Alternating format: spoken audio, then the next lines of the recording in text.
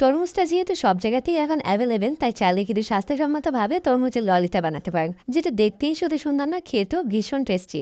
তো তরমুজের ললি বানানোর জন্য এখানে আমি কিছু তরমুজ নিয়েছি, আর তরমুজ থেকে রসটাকে আলাদা করে নিব। এজন্য একটা স্ট্রেইনারে করে এভাবে করে রসটাকে আলাদা করে নিচ্ছি। চাইলে কিন্তু তরমুজটাকে ব্লেন্ড করে তারপর ছেঁকেও রসটাকে আলাদা করে নিতে পারেন। তরমুজ থেকে রসটা বের করার পর আমি মেপে নিয়েছি, এখানে 2 কাপের মতো তরমুজের রস রয়েছে। এই তরমুজের রসের সাথে 1/3 কাপ চিনি অ্যাড করে দিয়েছি। তরমুজের রসটা কিছুটা ঘন হয়ে আসা পর্যন্ত এখন জাল করে নিব। কিছুটা ঘন হয়ে আসলে এখানে 1 টেবিল চামচ কর্নফ্লাওয়ার পানি দিয়ে গুলিয়ে ওইটা দিয়ে দিচ্ছি। ললির মিশ্রণটা যখন এরকম ঠিক হয়ে যাবে তখন চুলা থেকে নামিয়ে ঠান্ডা করে নিব। আর একটা আইসক্রিমের মোল্ডের ভিতরে দিয়ে দিচ্ছি। মোল্ডগুলোকে ফয়েল পেপার দিয়ে আটকে আইসক্রিমের কাঠি দিয়ে দিচ্ছি। এখন 6 ঘন্টার জন্য এটাকে ডিপ ফ্রিজে রেখে দিব।